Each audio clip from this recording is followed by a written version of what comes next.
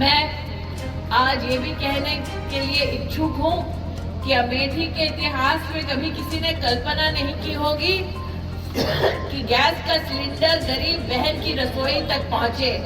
आज भाजपा के कार्यकर्ता इस बात का गौरव करते हैं कि इन 5 सालों में 5 साल बनाम 50 साल, इन 5 सालों में जनप्रतिनिधि के माध्यम से प्रधानमंत्री के दिशा निर्देश पर 2,30,000 बहनों के घर में पहली बार गैस का सिलेंडर और चूल्हा पहुंचाने का काम मोदी सरकार ने किया है।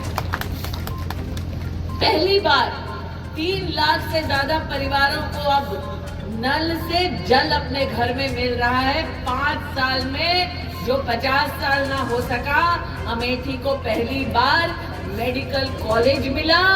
बाईपास की मांग 30 सालों से चल रही थी, बाईपास मिला। अमेठी आजादी के बाद पहली बार एक्सप्रेस वे से भी जुड़ा और हाल ही में आपने देखा होगा, यहाँ पर भाले सुल्तानी बहुत है कि पहली बार पुलिस स्टेशन का नाम भी भाले सुल्तान के नाम से रखा, रेल स्टेशन का नाम भी भाले सुल्तान से रखा। प्रश्न ये उठता है कि अगर 5 साल में मैं एक सामान्य जनप्रतिनिधि के नाते अमेठी में इतना कुछ कर पाई, तो 50 साल यहाँ पर और विशेषतः राहुल जी के समय में यहाँ पर काम ना करने का कारण क्या है, ये आज तक अमेठी की जनता नहीं समझ पाई है। लेकिन मुझे दुख इस बात का है, साल 2014 में चुनाव में भी हारी थी और हराने वालों में से ननके जी सामने थे, लेकिन साल 2014 से लेकर 19 तक मैंने अमेठी का साथ नहीं छोड़ा। हारी, लेकिन अमेठी की जनता को कभी भी गरियाया नहीं, कभी भी उनके प्रति अपमानजनक कोई शब्द नहीं कहा। आज मैं पूछना चाहती हूँ राहुल जी से कि आप हारने के बाद लौटे नहीं दुख की घड़ी में, जब कोविड महामारी मौत बनकर मंडरा रही थी हमारे सर पर, तब राहुल गांधी यहाँ से गायब थे, प्रियंका वाड्रा यहाँ से गायब थी। मैं रामप्रसाद जी आपका और संगठन का विशेष अभिनंदन करती हूँ कि भारतीय जनता पार्टी का कार्यकर्ता हर गांव में सेवा दे रहा था, मास्क पहुंचा रहा था, सैनिटाइजर पहुंचा रहा था।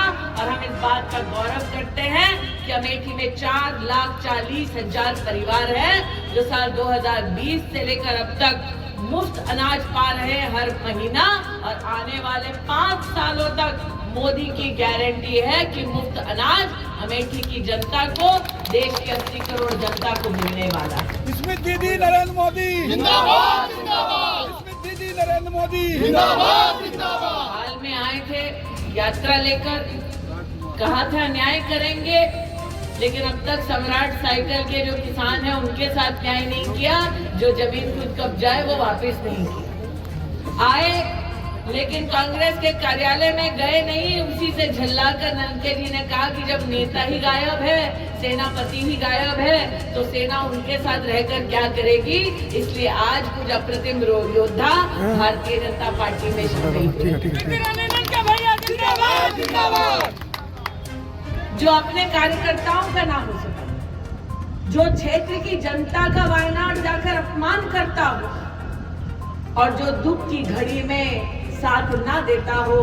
आज मैं मात्र इतना कहूंगी कि हारे हम भी, लेकिन हारने के बाद हमने अमेठी की सेवा नहीं छोड़ी, हमने अमेठी का अपमान नहीं किया। और इसीलिए आज पुनः भारतीय जनता पार्टी ने मुझे अमेठी में भारतीय जनता पार्टी की प्रत्याशी के नाते पुनः आप सबकी सेवा करने का मौका दिया। लेकिन इस चुनाव में फर्क है, पिछले चुनाव में प्रत्याशी के नाते लड़ी थी, इस चुनाव में दीदी बनकर लड़ रही है।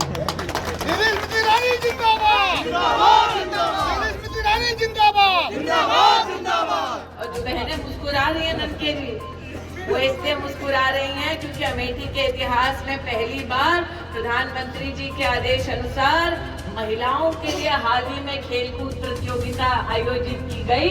1,30,000 बहनें खेलकूद प्रतियोगिता में शामिल हुई। किसी बहन को दौड़ में अव्वल आने के लिए कूलर मिला, किसी को फ्रिज मिला, किसी को प्रेशर कुकर मिला, इसलिए बहनों ने भी ठानी है कि इस चुनाव में मोदी 400 पार जाएंगे और फिर लौट कर आएंगे। और अगले साल अमेठी लोकसभा क्षेत्र में 3 लाख से ज्यादा बहनें मात्र खेलकूद की प्रतियोगिता में शामिल होने वाली है।